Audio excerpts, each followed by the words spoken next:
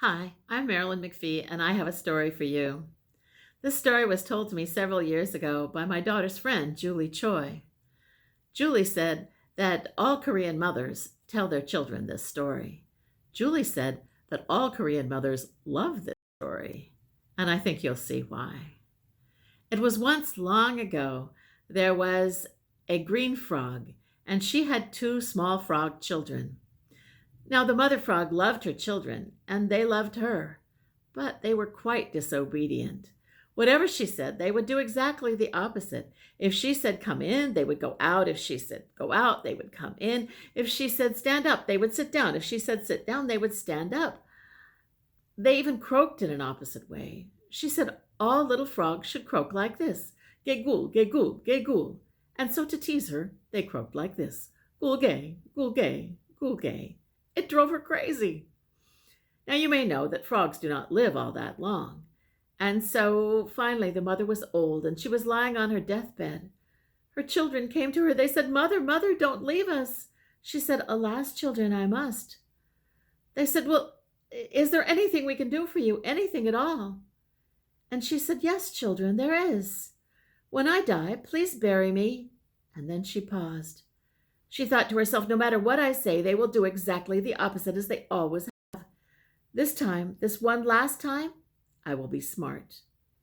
And so she said, When I die, I wish to be buried at the foot of the mountain, near the river, in the shade. Of course, she really wished to be buried at the top of the mountain, in the sunshine, well away from the river. But she told them the opposite, and then she died.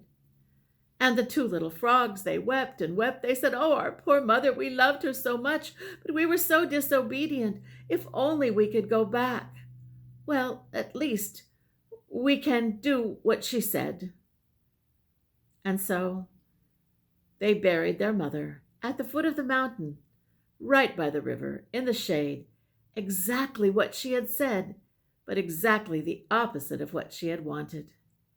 And in the spring, when the rains came and the rivers flooded, their mother's grave was washed out to sea, leaving the two little frogs sitting beside the river, weeping and calling out, Gegul, gegul, gegul, for their mother. And it is said that to this very day, when the spring comes and the rains come and the rivers are flooded, the riverbanks are lined with little green frogs, all calling out, Gegul, gegul, gegul, for their mothers. And it is also said that to this very day, that often disobedient children are called green frogs. When my children were young, whenever my birthday came around and they asked me what I wanted for a present, I would always say, obedient children. And they would roll their eyes and say, Well, why do you want what you already have? And then we would all laugh.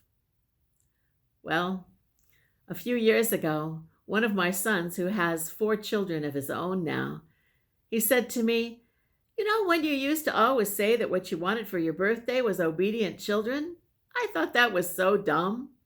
I didn't get it, but I get it now. And that's the story of the green frogs.